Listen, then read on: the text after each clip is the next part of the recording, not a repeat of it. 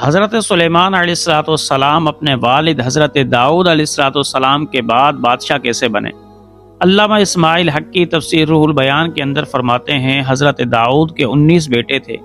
ہر بیٹے کی یہ خواہش تھی کہ والد کے بعد بادشاہ میں بنوں۔ حضرت داؤد کو جب یہ اختلاف پتہ لگا، حضرت داؤد بہت گھبرائے۔ انہوں نے اللہ کی بارگاہ میں عرض کی کہ اے بار الہ، میرے 19 بیٹے ہیں، ہر بیٹا بادشاہ بننے کا خواہش مند ہے۔ اے اللہ، اب میں یہ اختلاف کیسے ختم کروں اور اپنا جانشین کس کو بناؤں؟ اللہ رب ذوالجلال نے آسمان سے ایک مہر شدہ خط نازل کیا۔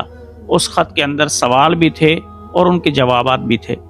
اللہ پاک نے حکم دیا کہ اے داؤد، اہل علم کی ایک مجلس قائم کرو اور اس میں اپنے بیٹوں کو بھی بلاؤ اور اپنے بیٹوں سے سوال کرو۔ جو بیٹا سوالوں کے صحیح جواب دے دے وہ آپ کا جانشین ہوگا۔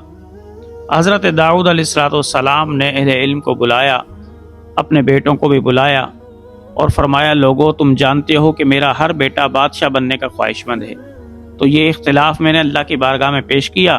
اللہ رب ذوالجلال نے مجھے ایک خط بھیجا ہے، اس خط کے اندر سوالات ہیں۔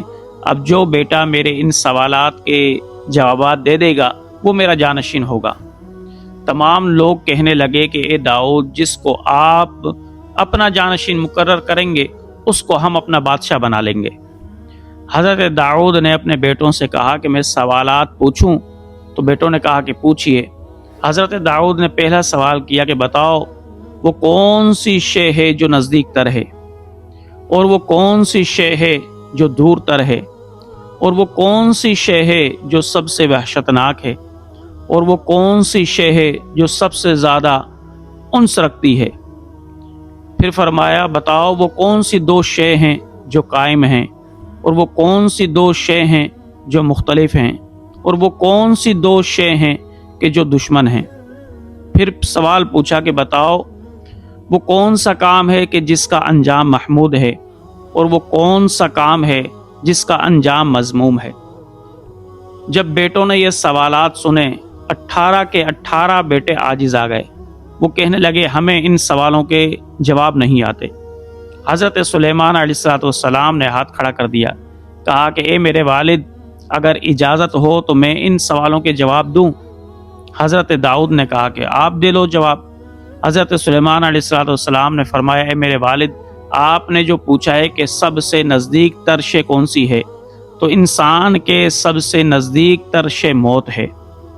اور آپ نے جو یہ پوچھا ہے کہ سب سے دور تر شے کون سی ہے، تو انسان جب مر جاتا ہے تو وہ جو ترکہ چھوڑتا ہے وہ سب سے دور تر شے ہے۔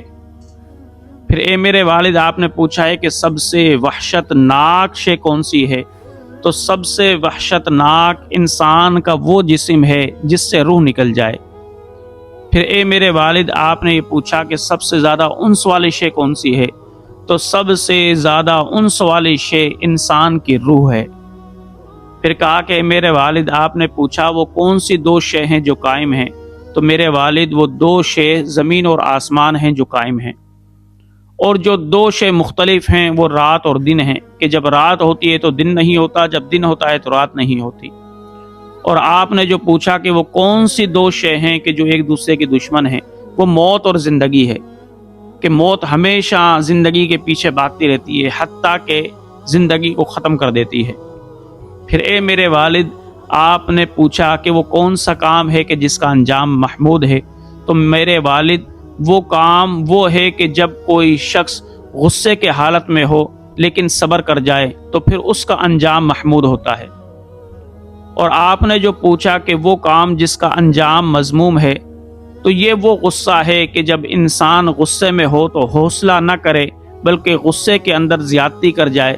جب وہ انسان زیادتی کر جاتا ہے تو اس کا کام مذموم ہو جاتا ہے، اس کی انتہا مذموم ہو جاتی ہے۔